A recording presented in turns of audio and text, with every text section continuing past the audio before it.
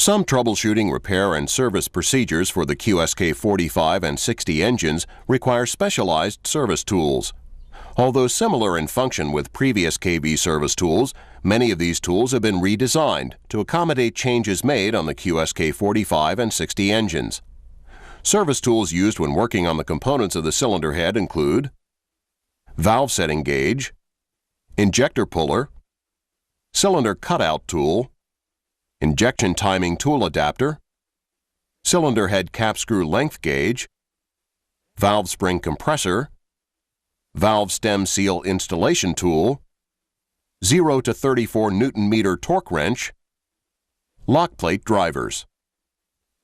The use of some of these tools are covered in more detail in troubleshooting procedures in this section. The new wider valve adjustment feeler gauge is needed to ensure a proper fit between the rocker nose and the crosshead. However, this is the same pivot pad design used on the QSK 19 engines. The injector puller is used to remove the injector from the QSK 45 and 60 engines.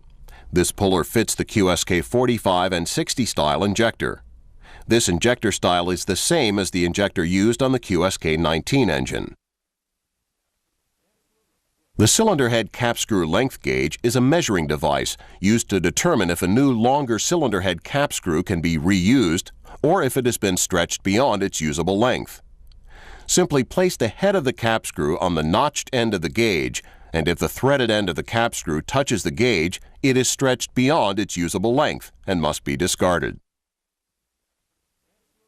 The valve spring compressor compresses all 4 of the valve springs so that the collets, retainers, and valve springs can be removed without removing the cylinder head. This tool fits the new QSK 45 and 60 valve arrangement and uses the appropriate metric thread to match the cylinder head. The valve stem seal installation tool is used to properly seat the valve stem seals.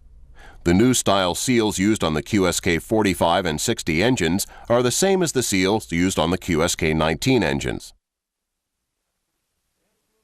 Before beginning to remove a cylinder head, clean the top of the engine.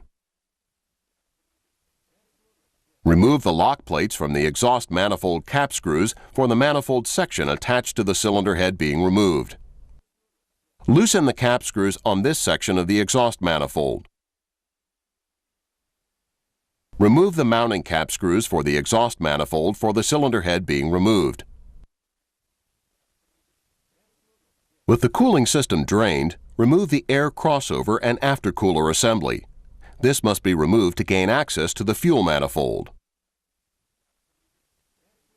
Remove the fuel lines from each end of the fuel manifold. Remove the 4 cap screws attaching the fuel manifold to each cylinder head.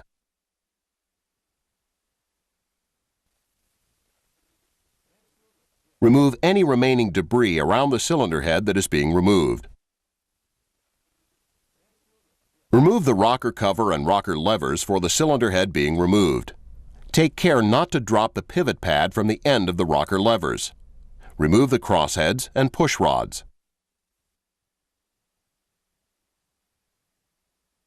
Remove the injector and hold-down clamp from the engine.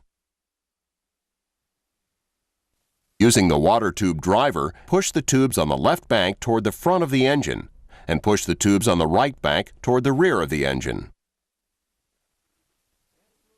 Remove the rocker lever housing and discard the gasket. Remove the 7 cylinder head mounting cap screws and remove the cylinder head. Remove and discard the cylinder head gasket. Clean the top of the cylinder block, cylinder liners, and cap screw holes. Refer to the service literature for additional information concerning cylinder head inspection. When installing the cylinder head, use the torque plus turn procedure and steps listed in the service literature. The cap screws connecting the fuel manifold to the fuel transfer block are slightly longer than the other fuel manifold cap screws. The fuel manifold gaskets must be held in position with 2 cap screws per gasket. When installing the fuel manifold, it must be torqued to the cylinder heads in the proper sequence before tightening the connection between the manifold and the fuel transfer manifold block. Install the remaining components removed for this procedure.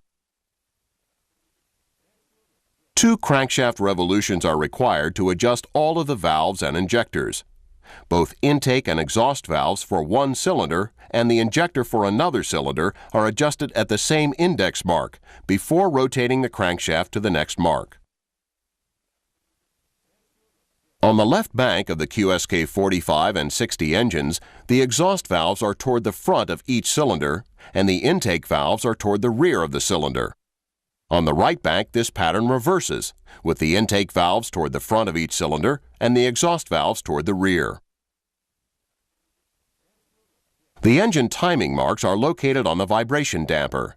These marks align with a pointer on the front cover to indicate engine position. Timing marks are also located on the inboard side of the flywheel. These marks are visible through the access port directly above the engine barring device installed on the flywheel housing on the side of the engine opposite the starter. A timing marks on the flywheel are used when the access port is on the right side of the engine, and C timing marks are used when the access port is on the left side of the engine. The A and C letters are visible through the inspection ports. VS marks indicate valve set positions. TDC marks indicate top dead center and are not used in the valve and injector setting procedure. Use the barring device and rotate the engine until one of the timing marks is aligned with the indicator. Although valve setting can begin with any cylinder, for this example we will assume that we will start with cylinder 6 on the left bank of the engine. The valves are ready to be adjusted on the cylinder with all of the valves closed.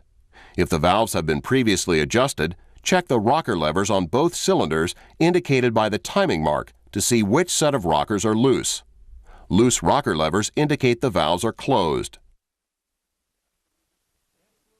However, if the rocker levers have just been installed and have not been adjusted, hold both rocker levers for each of the indicated cylinders against the crosshead.